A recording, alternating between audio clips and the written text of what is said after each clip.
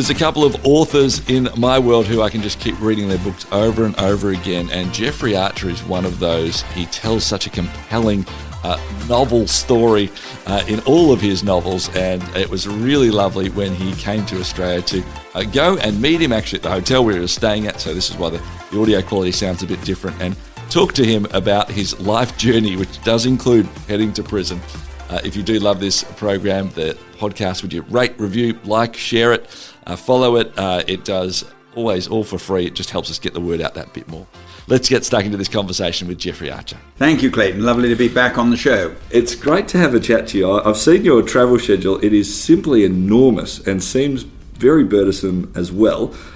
Do you have a tip for yourself to keep you up and going? And, you've got to be nice in these radio interviews and these sorts of things. Is there something that gets you going? I think you tell yourself at the very beginning of the trip that how important the book is and how keen I am to get particularly the first one in the Clifton Chronicles launched so that the others will take their place. So I've always realised the first one, Only Time Will Tell, is the big one. Yeah. And therefore to say at the beginning to yourself of every single interview, this must be the best interview you give, and have no slack ones, no lazy ones. Yeah. Let's talk about the Clifton Chronicles. Truly a great concept, I think. There's been trilogies in the past from various authors and these sorts of things. A few varying reports. Is this going to be a 4-book series or a 5-book series? 5-book series that goes from 1920 to 2020, 2020, and you will follow the life of Harry Clifton for 100 years. The first book, Only Time Will Tell, goes from 1920 to 1940, from his birth to discovering at the age of 7 that he has this remarkable talent, this great gift as a singer, and his whole life changes and takes him through to Oxford in 1940, when he has to make the decision, because war has been declared, will I go to war or will I complete my degree? So that's the first book of the 5, and there'll be 4 to come. And as I said, the vital thing for me was to get this one right, and it's been a delight that in India, New Zealand and Australia, it went straight to number 1. As you go into something like this, 5 books, it must be a difficult challenge in a way for you to make sure that one character stays interesting for 5 books. Yes. Do you have a plan already as you go in and say, look, I know where he's going to end up in 2020, or do you actually, as I've heard some authors do, almost try and, go with the story and discover it themselves? What's the way you do it? I'm a storyteller, so I haven't a clue what's going to be on the next page. I pray. And certainly the ending in this book was, I hadn't decided until, again, the last page. So I prefer to go that way. Now, I've done the first draft of the second book, and it's 100,000 words, so I know where the story is going, but I haven't got a clue what's going to happen in book 3, 4, or 5. Not a clue. We'll find out at the same time. Absolutely. Quite right. Quite right. You said you'd done that first draft. Now, I'd heard a rumour, I don't know if this is true, that you tend to do your first draft when you're travelling. Is that right? No, I go to Mallorca. Oh, okay. In Spain, where I have a beautiful home, and I've built a house, I've built a study into the cliff and looking over the sea. And no, I always do the first draft in Spain, about 50 days, about 400 hours, and then have a break. And then go back and do it again and again and again. It ends up about 1,000 hours, and it ends up about 13 or 14 drafts. Just remarkable. What was it? Why did you suddenly say, well, all right, Spain's going to be the spot? What was the first time that you went, this is actually... I've been going to Spain for a long time. The great advantage is because I go in January and February to do the first outline, the first draft.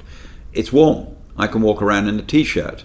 I can jog, I can do all sorts of things that I couldn't do in Cambridge, where I live normally, where it would be freezing. Yeah. So I think it's the weather and the atmosphere and the whole tranquility of it, because I don't like the phone going or people anywhere near me. I like to concentrate 100% on the book. Yeah. I noticed on your website that you're doing a lot of travelling at the moment, and you're doing a little bit of blogging as you go through as well. Yeah. And one thing you noticed, and I'm not sure if it was actual research or it was just more anecdotal for you, that your readership is different ages around the world.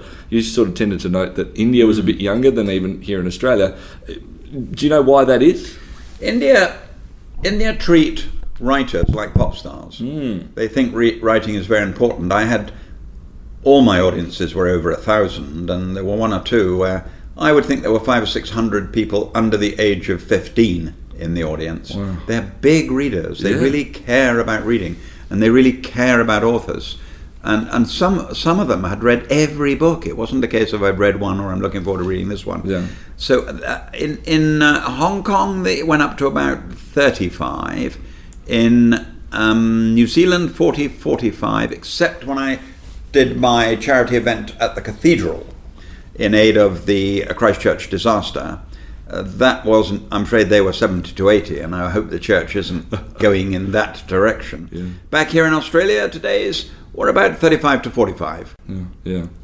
You just said, you hope the church isn't going in that direction. I've noticed in, a number of your books, you talk about the church, you talk about Christianity and these sorts of things. And in fact, even in this book, your latest one, Only Time Will Tell, there's a section, a main character who really has his life turned around by, in part by a passage of the Bible that you put in there too.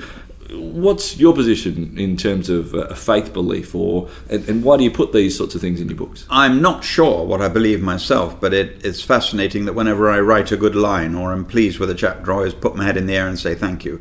So clearly I think there's something up there. I'm just puzzled by it all. And often I think, as in this book, in this book, Harry makes his break because of church and because of Eleanor E. Munday, who teaches him in the choir. So it was a grounding in my life. So like all authors, I take advantage of the experiences I've had, and that's what happens. Yeah, and I mean, then there's also another character, Jack, old Jack, who has a special passage of the Bible that you've actually inserted in there, as it were. Is that something from your upbringing that you knew that, or you went searching for something? Oh no, I didn't need to search for that. That was very much in my upbringing, and of course, old Jack is the son of the Dean of Wells Cathedral in England, so he's a knowledge of the church, which I think my generation, I'm 71, don't forget, my generation, or next month I'll be 71, my generation, it was part of our upbringing. We took it for granted. You said then, old Jack, and there was this glint in your eyes. You just said it in that moment, sort of almost whimsical, just looking off. How connected do you get to some of your characters? Are there some that you can take or leave, and others that you definitely get? Oh no, I love them all. Harry Clifton, of course, the main one, is the most important, but Harry has to be educated. Harry has to have a mentor. Harry has to make the next step forward. And old Jack, a tramp who lives in a railway carriage on the docks, turns out to be that man, but only Harry discovers how clever he is and what he's capable of, while the rest of the world looks at him as an old tramp in a railway carriage. So he was a wonderful character to build, and based on a very remarkable man I'd met in Scotland many, many years ago, who was highly decorated in the war and a fine man, but again affected by the war. Something I wanted to ask you, we've interviewed a whole lot of different people over the years, Weird Al being one of them, Weird Al being one of them, the parody musician, who has people from all over the world sending in ideas for songs for him. And he has to just say that I have to reject all those, because if I accept one of them, maybe lawsuits will happen and all these sorts of things. I've stolen your ideas.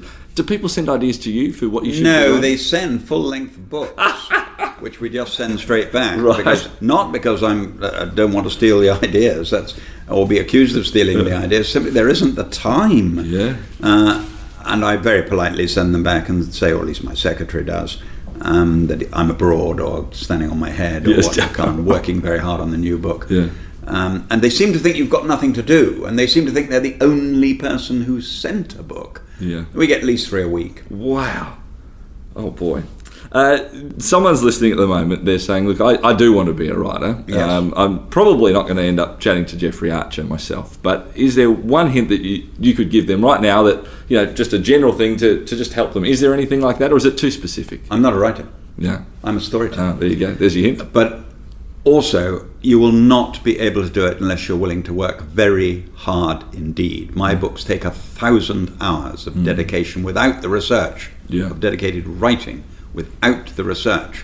So if you are determined to write a book, you need to have a lot of time, and you need to take it very seriously indeed. Yeah.